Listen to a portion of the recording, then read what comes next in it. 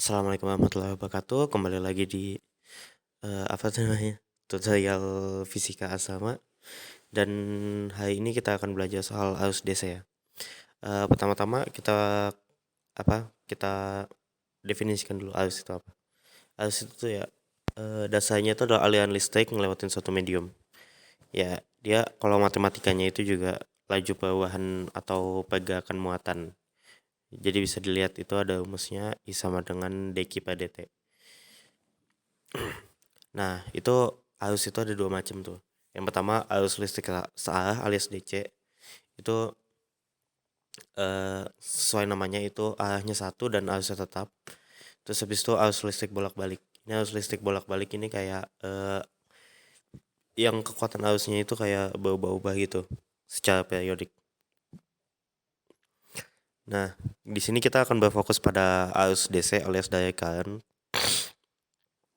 Jadi arus DC itu cuma mengalir ke satu arah dari potensial positif menuju ke potensial negatif. Nah, dia itu karena dia itu independen terhadap waktu, jadi kuat arus sama kuat tegangannya itu bakal tetap terhadap waktu. Bisa dilihat juga itu di ininya ya, di grafiknya itu, V-nya itu konstan terhadap waktu. Nah, kemudian yang penting hukum yang penting untuk menganalisa itu untuk menganalisa rangkaian listrik arus DC, jadi ada yang namanya hukum Ohm. Hukum Ohm itu menyebutkan bahwa arus listrik alias I itu adalah beda potensial dibagi dengan resistansi yang ada di rangkaiannya itu.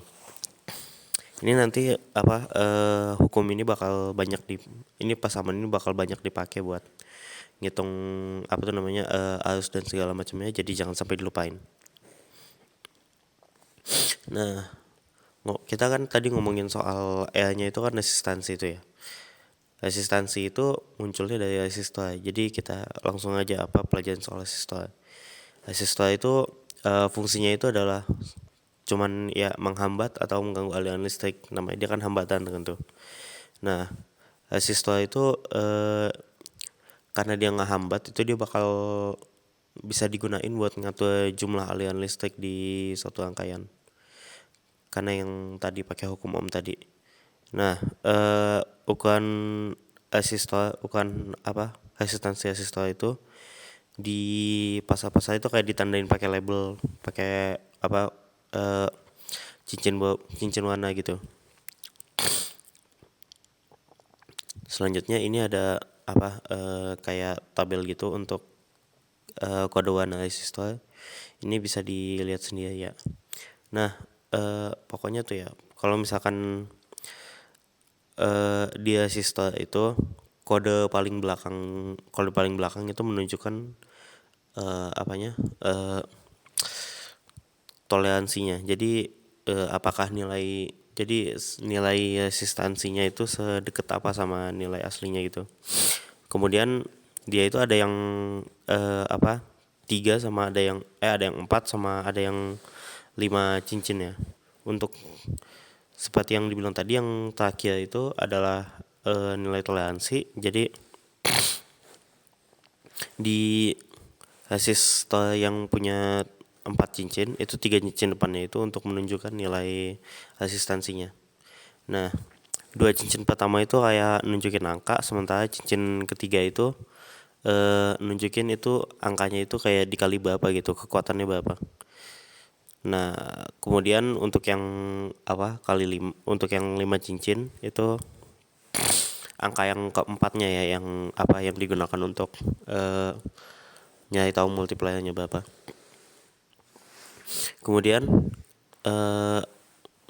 kalau misalkan kemudian ya, resistor ini bisa dipasang banyak banget di dalam suatu rangkaian. Jadi kita punya cara buat menyederhanain rangkaiannya itu. Jadi misalkan cuma satu resistor doang, namanya itu adalah resistor pengganti. Intinya resistor pengganti itu adalah kita nyari tahu itu efek dari semua resistor yang ada di rangkaian ke aliran listriknya itu berapa. Terus habis itu kita ganti itu pakai eh, siswa yang ya jumlahnya sesuai lah. Nah, untuk siswa pengganti itu pada siswa yang dirangkai seri, maksudnya ada kayak misalkan beberapa siswa itu di satu kabel. Nah, itu total resistansinya itu ada cuman perlu dihitung sebagai jumlah aja ya. Jadi kalau misalkan ada seperti contoh nih, ada 3 siswa yang dirangkai seri, 2-nya itu asistansinya 10, terus habis itu sisanya itu asistansinya 5. Jadi ada 2 yang 10 ditambahin jadi 20, terus habis itu nanti sisanya yang 5 itu ditambahin lagi. Jadi siswa penggantinya itu nilai asistansinya itu bakal jadi 25 ohm.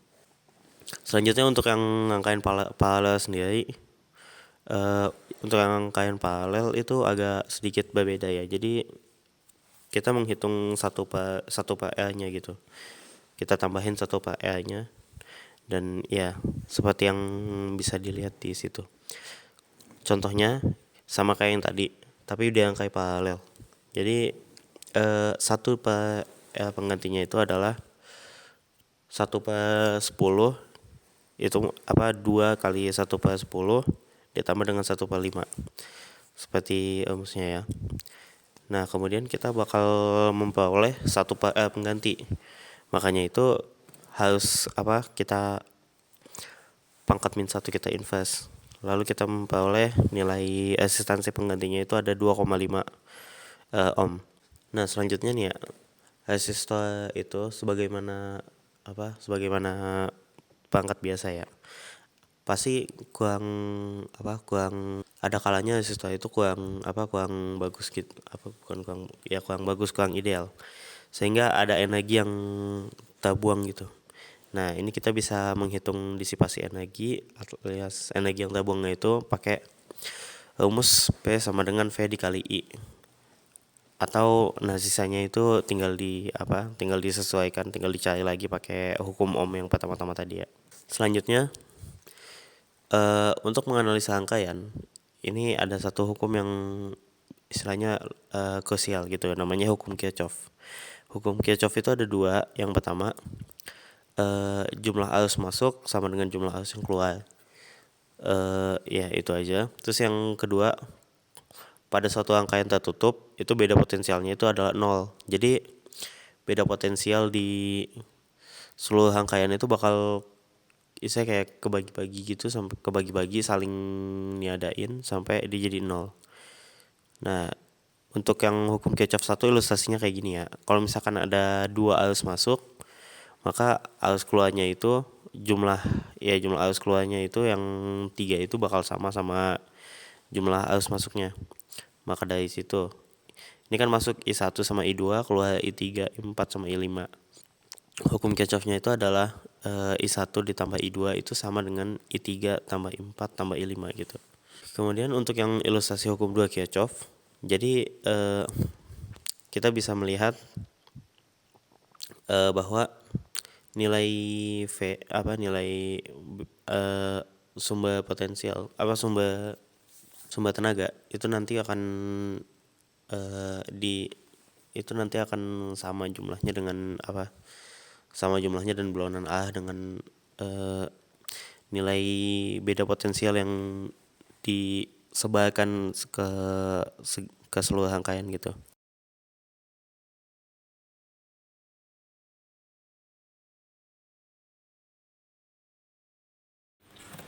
Oke, sekarang kita akan mencoba aplikasi hukum Kirchhoff untuk menghitung arus pada rangkaian. Jadi rangkaian itu pertama-tama akan dibagi dulu menjadi 2 loop gitu ya. Dan yang harus kita ketahui dulu itu pertama-tama itu adalah kita harus tahu persamaan dari hukum Kirchhoff pertamanya. Jadi sebagaimana biasa, I masuk sama dengan I keluar. Di sini tuh yang masuk itu adalah I1 dan I2. Jadi kita tambahkan itu di depannya.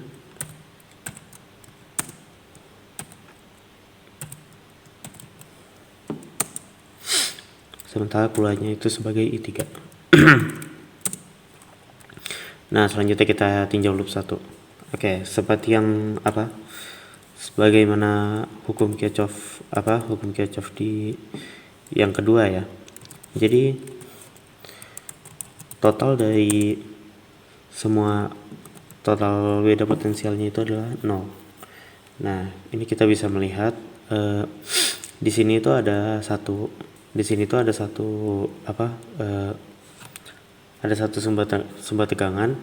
Sumber tegangan itu nanti bisa kita tentukan plus minusnya itu dengan cara melihat arah loopnya. Nanti ikuti arah loopnya, lalu kemudian arah loopnya itu bertemu yang mana duluan, yang itulah yang tanda yang akan kita gunakan. Jadi di sini kita pakai minus 10 volt. Sementara kita juga memperoleh nilai arus dan nilai kita juga memiliki tegangan dari si resistornya. Untuk ini kita plus minusnya itu kita ngikutin arusnya. Kalau arusnya searah sama perputaran loop, maka itu berarti dia tandanya positif. Karena ini searah berarti ini positif. Pertama itu kita punya I2 ditambah dengan I2 dikali L2, langsung saja 6 ohmega.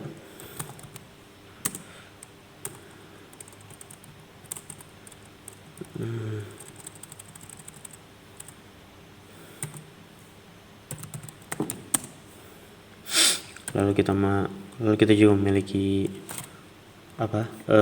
resistansi yang kedua. Langsung saja ini tuh adalah I3 dikali dengan 2 ohmega. Semua ini itu akan sama dengan 0. Jadi kita memperoleh persamaan satunya. Kemudian kita bisa meninjau loop yang kedua.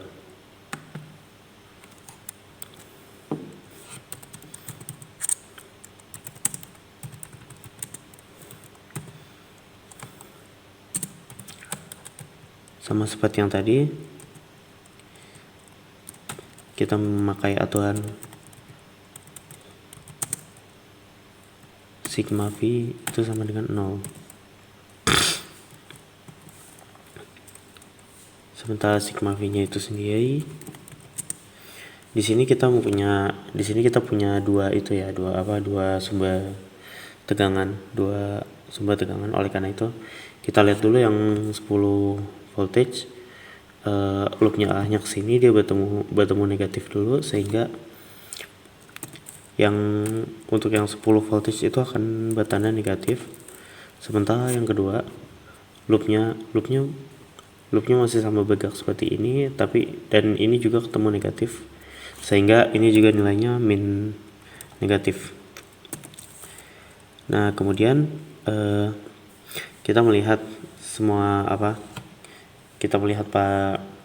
resistornya ditambah dengan kita lihat resistornya, dan kita sesuaikan tandanya mengikuti aliran arusnya. Ini untuk yang resistor 6 ohm, kita melihat ini arusnya searah dengan arah loop, itu berarti dia itu positif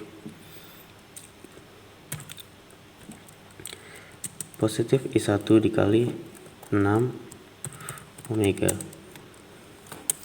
Lalu satunya lagi untuk yang memiliki 4 ohmega, ini terlihat bahwa ini loopnya itu hanya ke sini, tapi dia arus listrik ke sana, sehingga kita tahu bahwa ini itu angkanya negatif. Dari I2 dikali dengan 4 ohmega.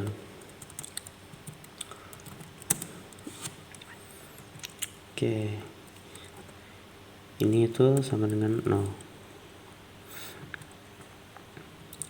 Nah, Di sini untuk yang pertama kita memiliki I1, I2 dan I3, sementara yang kedua itu kita memiliki I1 dan I2. Oleh karena itu sebaiknya kita samakan dulu dengan cara memasukkan memasukkan hukum Kirchhoff, I masuk sama dengan I keluar kepada salah satunya. Aku akan memilih untuk yang dari loop 1. Jadi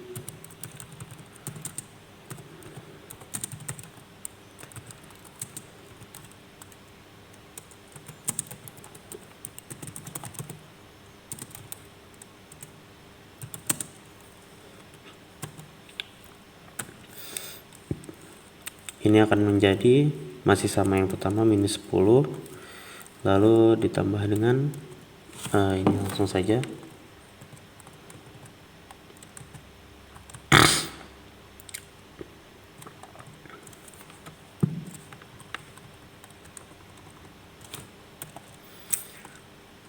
nah kemudian bagian I3 nya nanti akan diganti menjadi I1 tambah dengan I2.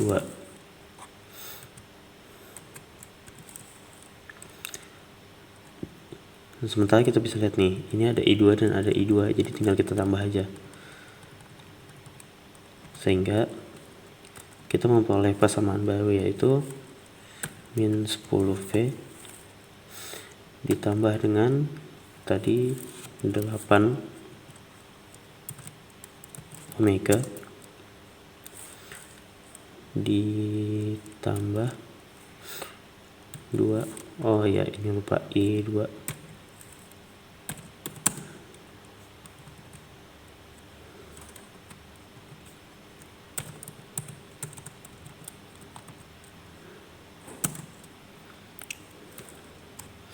ini I1 sama dengan 0. Nah, ini berarti kita sudah memperoleh persamaan yang bisa kita gunakan untuk eliminasi. Oke.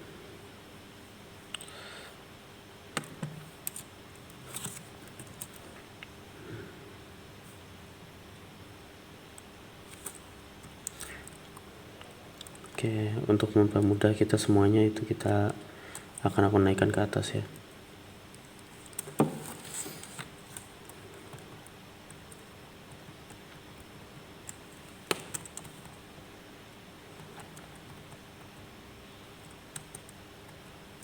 Ini bagian ini tidak perlu.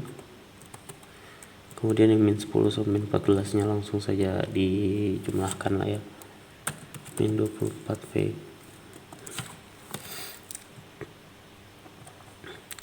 Nah, dari sini kita bisa mengeliminasi salah satunya.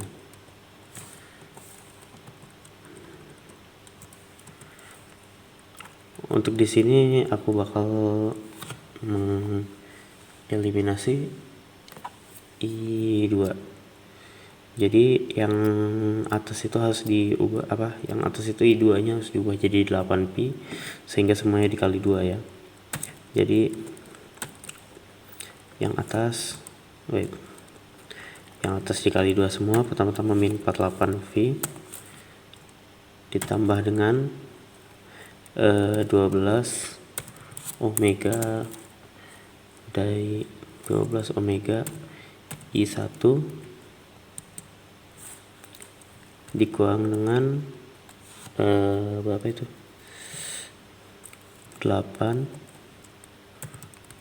omega I2.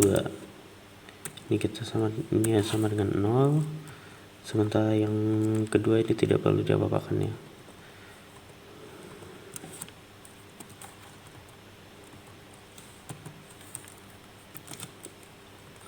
Mungkin biar lebih mudah kelihatannya, ini kita pindahkan aja lah ya.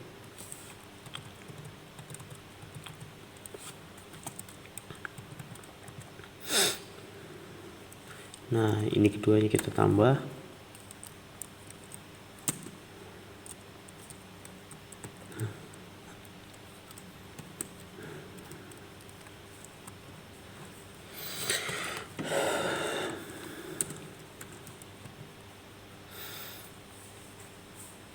Akan menambah ini yang pertamanya itu akan menjadi minus 58 volt.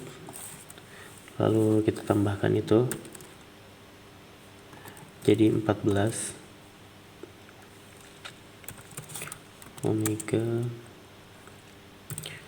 I1 itu adalah 0. Jadi kita bisa tahu bahwa nilai dari I1 nya itu adalah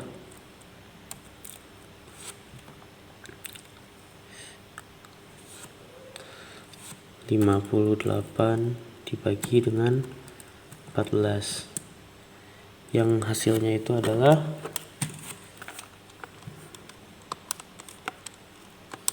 lihat 4,14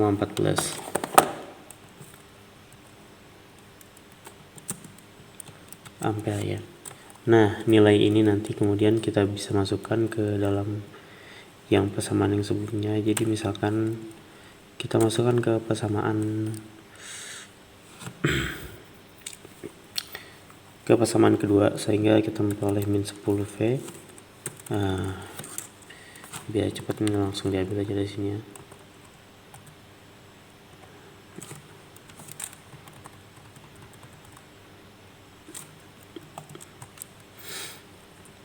Nah, nanti ini yang satunya tadi akan diganti ke yang nilai yang sudah kamu dapat 4,14.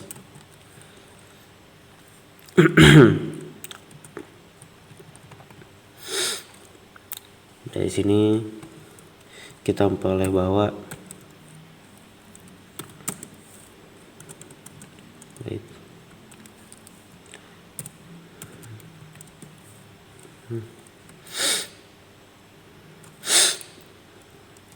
ini tuh nilainya 10 dikurangin 2 dikali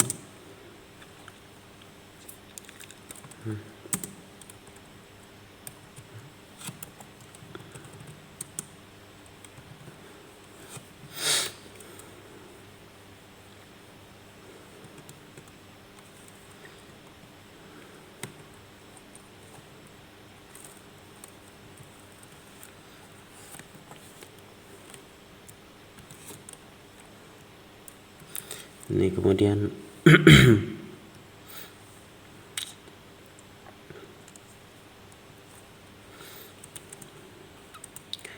ya 10 dikurang 2 dikali 4,14. Ini nanti akan dibagi oleh besar hambatan di I2 nya yaitu 8 omega.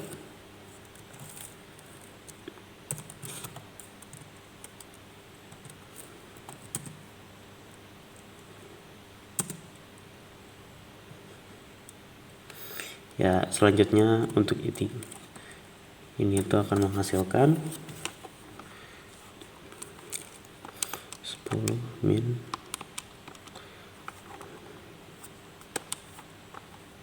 dibagi dengan 8. Kita dapat mengetahui bahwa I2 nya itu adalah 0,214 ampere.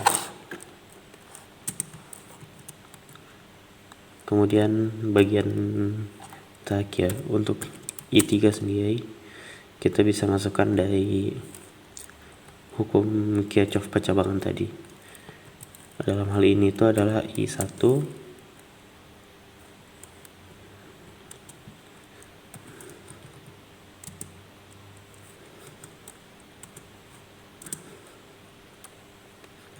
ditambah dengan I2. Besarnya itu sekitar 4,14 ditambah dengan 0,214 0,21.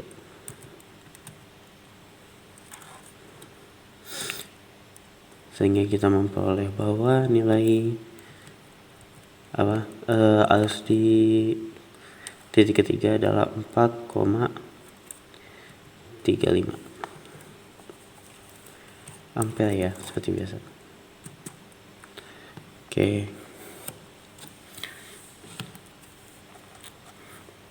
itu saja untuk tutorial arus listrik kali ini. Kurang lebihnya mohon maaf. Wassalamualaikum warahmatullahi wabarakatuh.